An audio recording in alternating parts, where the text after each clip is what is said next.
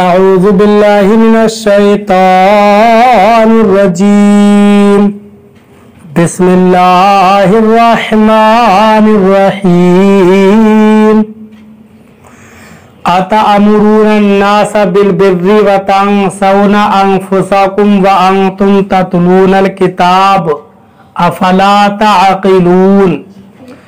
ترجمہ کنزُ ایمان۔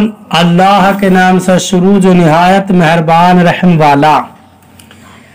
کیا لوگوں کو بھلائی کا حکم دیتے ہو اور اپنی جانوں کو بھولتے ہو، حالانکہ تم کتاب پڑھتے ہو تو کیا تمہیں عقل نہیں؟ ترجمہ کنزُ العرفان۔ کیا تم لوگوں کو بھلائی کا حکم دیتے ہو اور اپنے آپ کو بھولتے ہو، حالانکہ تم کتاب پڑھتے ہو تو کیا تمہیں عقل نہیں؟ اتأمرون الناس بالبر، کیا تم لوگوں کو نیکی کا حکم دیتے ہو؟ اس آیت مبارکہ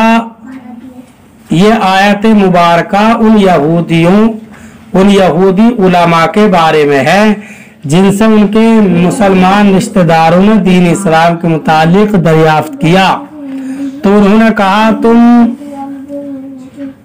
اس دین پر قائم رہو۔ محمد صلی اللہ علیہ وسلم کا دین حق اور کلام سچا ہے۔ یا ان یہودیوں کے حق میں نازل ہوئی جنہوں نے مشرکین عرب کو حضور اقدس صلی اللہ علیہ وسلم کے مبعوث ہونے کی خبر دی تھی اور حضور پر صلی اللہ علیہ وسلم کی پیروی کرنے کی ہدایت کی تھی۔ پھر جب حضور اکرم صلی اللہ علیہ وسلم مبعوث ہوئے تو یہ ہدایت کرنے والے حسد سے خود کافر ہو گئے، تو انہیں فرمایا گیا کہ لوگوں کو نیکی کا حکم دیتے ہو اور خود کو بھلاتے ہو۔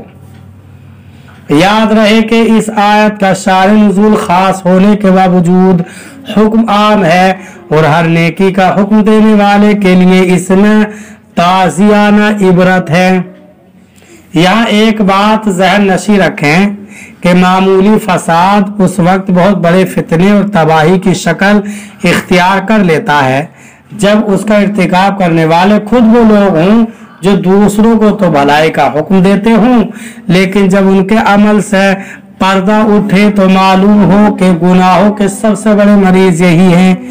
انہیں یاد رکھنا چاہیے کہ قول و فعل کا تضاد اور خلوت و جلوت کا فرق دنیا و آخرت دونوں کے لیے بہت نقصان دہ ہے۔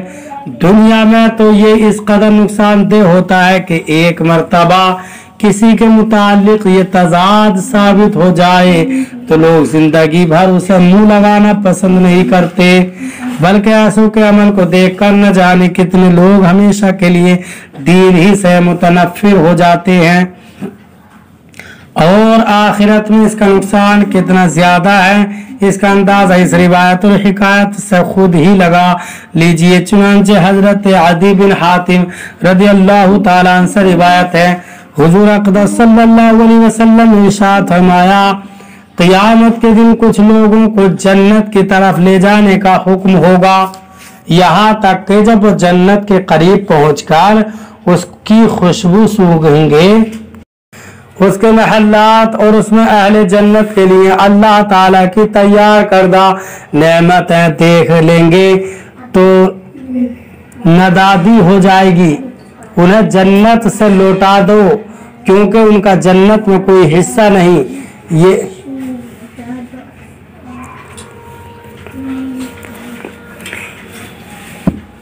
یہ ندا سن کر وہ ایسی حسرت کے ساتھ لوٹیں گے کہ اس جیسی حسرت کے ساتھ ان سے پہلے لوگ نہ لوٹے ہوں گے۔ پھر وہ عرض کریں گے، یا رب عز و جل، اگر تو اپنا ثواب اور اپنے اولیاء کے لیے تیار کردہ نعمتیں دکھانے سے پہلے ہی ہمیں جہنم میں داخل کر دیتا تو یہ ہم پر زیادہ آسان ہوتا۔